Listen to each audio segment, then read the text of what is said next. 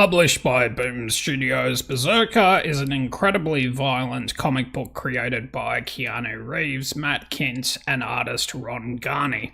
Spread out over 12 issues, there is an epic combo of mythology, science fiction, fantasy, and immortality, as well as hyperviolence at play here. It follows B, an ageless immortal warrior who has lived for over 80,000 years, cursed with an uncontrollable thirst for violence. However, in the present day, he works as a government operative on the most dangerous missions in exchange for help on how he can one day end his life. It's incredibly complex, filled with panel-to-panel fun and gore. In fact, lots of gore. So after a recent reread, I began to think about other comics like BRZRKR that must be out there. So here's another list of the damned as we go into comics to check out if you like Keanu Reeves and Kindt's epic BRZRKR comic book series. Kicking off with number 15 is The Darkness, which is a supernatural comic book set in the same universe as Witchblade and was created by Mark Silvestri, Garth Ennis, and David Wohl. Back in the heyday of the early 90s when Top Cow Comics was first created. Now, like Witchblade, The Darkness gives power to its host, but it comes with an incredible and terrible curse. The power of the darkness is also more malevolent in nature and is attracted to hosts who surround themselves in darkness and around human depravity. So the darkness bonds itself to mafia hitman Jackie Estacado on his 21st birthday, which launches him into an even darker world of supernatural conflict. It gives him the power to summon forth demonic creatures and wield destructive dark energies. However, he can't use the power of the darkness and the light and is not allowed to father any children, because if he does, then he will instantly die at their conception. It's the worst type of family inheritance. Now, over the years, The Darkness has been celebrated by avid fans for its complex storytelling, rich mythology, and its usage of dark and complicated anti-heroes. Look, if you're following and subscribe to this channel, I'd be really surprised if you haven't read this one yet, but just in case you haven't, go check it out. Coming in at number 14 is Red Sonja, which has been published by many imprints over the years and many comic book companies, but I would say it's primarily published by Dynamite Entertainment. Red Sonja is a sword and sorcery comic book series created by writer Roy Thomas and artist Barry Windsor Smith for Marvel Comics way back in the 1970s. And it was inspired by Robert E. Howard's Hyborian Age warrior women as depicted in Conan the Barbarian. Over time, Red Sonja has evolved into her own unique franchise and isn't reliant on the backstory of Conan like she was in her earlier years. Red Sonja is known for her fiery red hair, chainmail bikini, and untamable spirit. An iconic combination like no other. She represents female empowerment in an overtly male-dominated Hyborian age, and so relies on her intelligence and combat prowess to overcome the adversity she faces every day. Due to the setting, all of Red Sonja's stories are often gritty, dark fantasy epics layered with a topping of occasional humour. She takes on warlords, sorcerers, exchanges barbs with Conan, and has even crossed over into Tarzan's world before. Red Sonja is a strong female lead who is unmatched in whatever she goes out to accomplish. Going in at number 13 is Witchblade, which, like The Darkness, is also published by Top Cow, and like The Darkness, exists in the same universe. Witchblade is a supernatural comic book series with elements of horror, fantasy, and cop procedural drama, which was created by Mark Silvestri, David Wohl, Brian Haberlin, and Michael Turner. The story revolves around the Witchblade, which is a sentient mystical gauntlet who bonds itself to a female host, who turns out to be New York City detective Sarah Pizzini. Now bonded with the Witchblade, she takes to fighting crime in a dual style as both a cop and an enhanced human imbued with mystical abilities. Witchblade ran for over 20 years until Sarah Pizzini's story ended in 2015. Then it was rebooted by Top Cow in 2017, where the new Witchblade wearer Alex Underwood took on the mantle, but it's since been rebooted again in mid-2024 with a fresh take on the Sarah Pizzini story. And trust me, this latest reboot is totally worth checking out. Coming in at number 12 is Oblivion Song, which is a sci-fi comic book series written by Robert Kirkman and illustrated by Lorenzo De Felici, and was published by Image Comics. It's set 10 years after a catastrophic event called the Transference, which causes a portion of Philadelphia and its inhabitants to swap places with an alien dimension called Oblivion.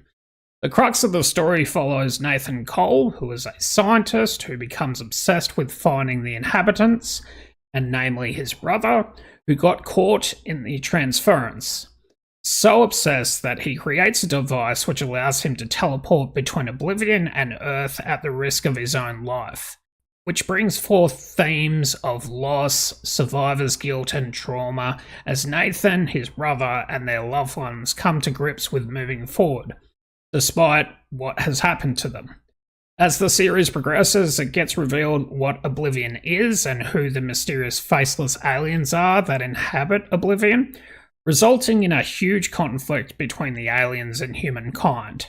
The idea of what the ultimate sacrifice can be is truly tested in this comic book series. Coming in at number 11 is Axe Wielder John, which is a humorously dark fantasy graphic novel created by Nick Pitara and published independently. It's about a larger-than-life hero named John who wields a ridiculously large battle axe who embarks on a journey of self-discovery, but to also avoid the king who wants him dead. Axe Wielder John is filled with grotesque humour, dark magic, surreal imagery, and morally bankrupt characters. Because of the outlandish nature of the story, it's easy to see the story's content as a satirical take on fantasy subgenres like high fantasy and dark fantasy. But if you like the idea of a comedic take on a fantasy story with plenty of gore, then this is definitely a comic book for you. Coming in at number 10 is Blood Quest, which was published in Warhammer Monthly between 1999 and 2003 and was written by Gordon Rennie and illustrated by Colin McNeil for the most part. Based on the Warhammer 40,000 lore and tabletop game, Blood Quest, which follows Blood Angel's Captain Leonatus, who is exiled for losing the Blade Encarmine, which is a powerful relic, during a battle with the Orcs. He would only be allowed back into the Blood Angels chapter if he is able to retrieve the relic, so begins this epic quest across the stars.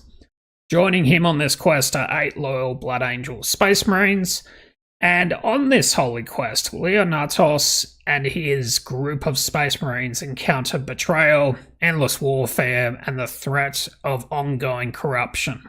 There's also internal struggles within the characters which test their fealty, not only to the God Emperor but also to each other.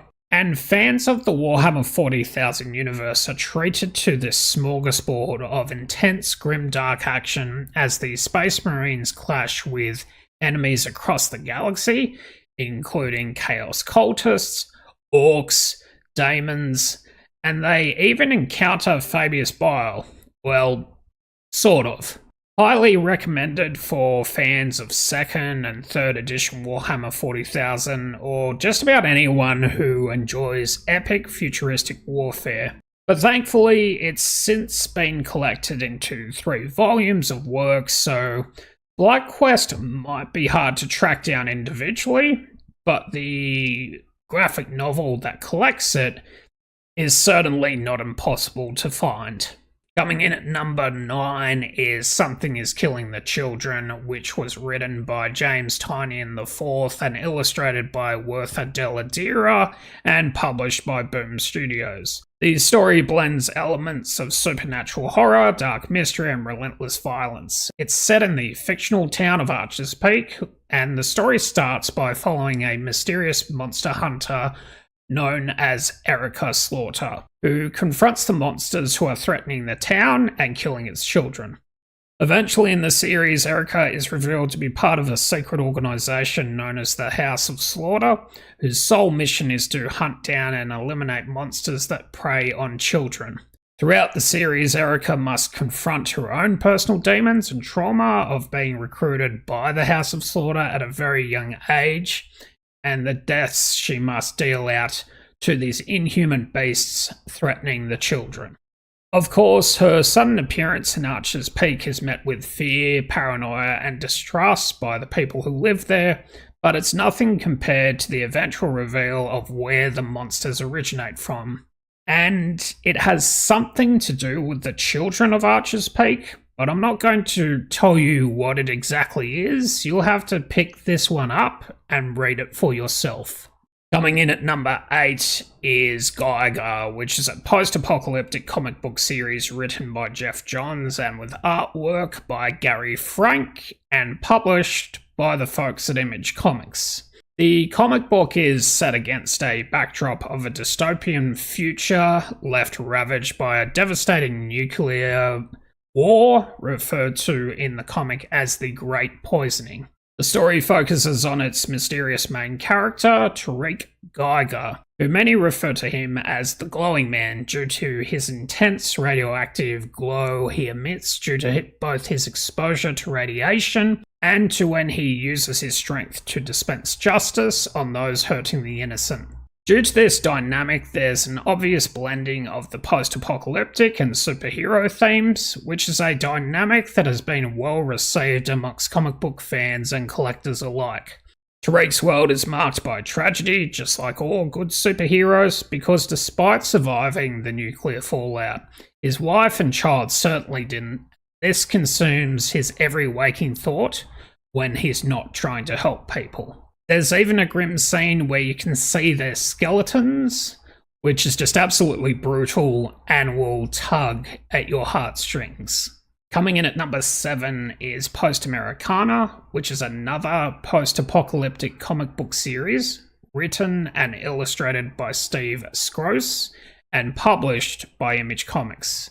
A comic book which blends grim dystopia with satire, Post-Americana takes place in a future that has been torn apart by war, corruption, and the ultimate collapse of civilization. The series focuses on main character Janie, who is on a mission to avenge her family who were killed in a raiders attack. Her quest, however, is chaotic, often running into warlords, dangerous mercenaries, and treacherous humans who have their own agendas, which usually include killing her. Despite this, Post-Americana is a road trip of sorts, littered with dark humour and danger at every turn as Janie gets closer to avenging her family. So it is grotesquely enjoyable thanks to Steve Skroce's distinctive artwork, which displays his razor-sharp wit, satirical leanings, and gratuitous amounts of gore. Now, while Skroce worked on storyboards for The Matrix, this comic book series is anything but that. In fact, you're probably more to enjoy Post-Americana if you're a fan of Judge Dredd or Mad Max, because this is one messy post-apocalyptic comic book tale. Coming in at number 6 is Eternal Warrior, which is one published by Valiant Entertainment and is about an immortal hero named Galad Anipata, whose immortality is tied to a powerful artifact known as the Geomancer. According to the Eternal Warrior lore, the Geomancer can be a mystical person or a force which is responsible for guiding and protecting the Earth. Like most immortal beings, Galad's endless life is both a gift and a curse. Everyone he's got close to has grown old and died, so his past is marked by tragedy, pain, and loss. Despite this, and unlike many other immortal comic book characters, he's not invincible and can be killed, so that's always a constant threat as he attempts to protect the Geomancer and, by default, the people of Earth. Eternal Warrior has been written and rewritten a number of times since the character was first published, so it's not unheard of for him to cross over to other well-known Valiant comic book characters, including Exo Manowar, and even the Archer and Armstrong series. But due to his own agenda, he often switches between powerful ally and formidable adversary, depending on what the storyline demands. Coming in at number 5 is Dead Romans, which is a 6-issue miniseries written by Fred Kennedy and with artwork by Nick Marinkovich. This is a series that, despite being short, is set during the early days of the Roman Empire and focuses on Arminius, a Germanic prince who was raised in Rome. Disillusioned by the Empire's brutal conquests, Arminius vows to exact vengeance against Rome for the atrocities committed against his people. His personal mission is intertwined with his love for Honoria, a fellow slave whom he aspires to elevate to the status of queen. To achieve this, Arminius orchestrates a rebellion that leads to a catastrophic battle where 50,000 Roman soldiers die. All of this is in pursuit of a throne Honoria neither sought nor desired. Coming in at number 4 is Teenage Mutant Ninja Turtles: The Last Ronin. And this one is created by Kevin Eastman, Peter Laird, and Tom Waltz, and of course published by IDW Publishing. It's a dark, emotionally charged comic book series set in a dystopian future of the Teenage Mutant Ninja Turtles universe, which offers a gritty reimagining of the beloved TMNT characters, blending action, tragedy, and even redemption. It's seen by many fans as a spiritual successor to the original TMNT comics, and the series takes place in a future where most of the turtles and their allies have been killed. Only one surviving turtle remains, referred to as the Last Ronin, and he's on a mission to avenge his fallen family and take down the tyrannical Oroku Hiroto, the grandson of the Shredder, who rules over a dystopian New York City. And we're on the home stretch now with the top 3 left to go. So coming in at number 3 is East of West, a genre-defying comic book series written by Jonathan Hickman and with artwork by Nick Dragotta. Published by Image Comics, this is a comic book which incorporates elements of science fiction, westerns, dystopian politics, and apocalyptic prophecy. It's a comic book with ambitious scope, rich and complex world building, and with deeply emotional themes. Now, East to West offers a gripping tale of love, vengeance, and the end of the world. It's perfect for fans of stories about an alternate Earth or an impending apocalypse. Coming in at number 2 is The Savage Sword of Conan. Now, originally published by Marvel Comics, Titan Comics have since taken up the mantle of publishing The Savage Sword of Conan in a magazine-style comic book format.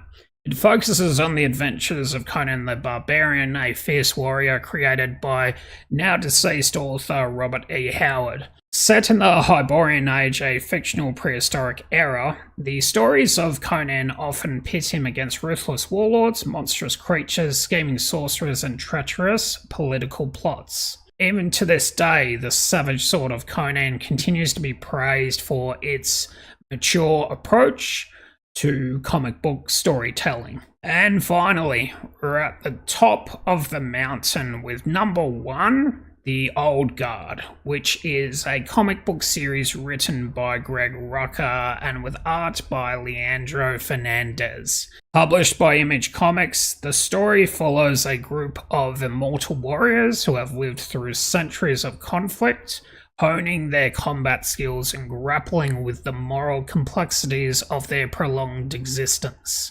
Now, The Old Guard focuses on Andy, also known as Andromache of Scythia, I should say, the group's leader who has been alive for millennia. Alongside her are other immortals known as Booker, Joe, and Nikki. Each of them have their own tragic backstories which involve intense emotional pain and loss. The team operates as a covert mercenary squad, taking on dangerous missions in exchange for a significant payday. So that's it for me in terms of my picks for comic books that you should check out if you like BRZRKR. My love for you is like a truck BRZRKR. By all means, leave some of your comments below. If there's any comic books that you think I should have added to this list, be interested to see and hear about those as well. But for now, this has been another List of the Damned.